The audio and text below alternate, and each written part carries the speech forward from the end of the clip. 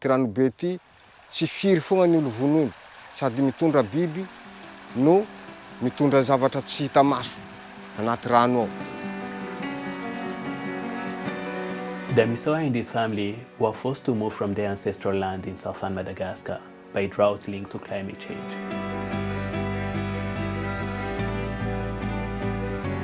They were placed in an isolated camp in the north where they cannot grow food and have no water. Each rainy season, leaving the camp requires crossing deadly, fast-flowing and crocodile-infested waters. Mijaly natany napetraka areo ato, napetraka amin'ny tany tsisy hany, napetraka amin'ny tany tsy mety amboliagna. Le tany vakivaky, tany pakopako.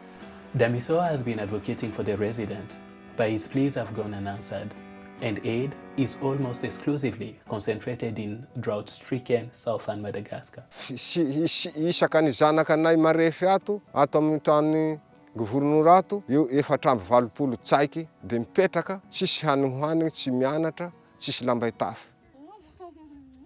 Join us in demanding that the government addresses the hunger, homelessness, and poor healthcare faced by Damisoa and other people displaced by drought across Madagascar.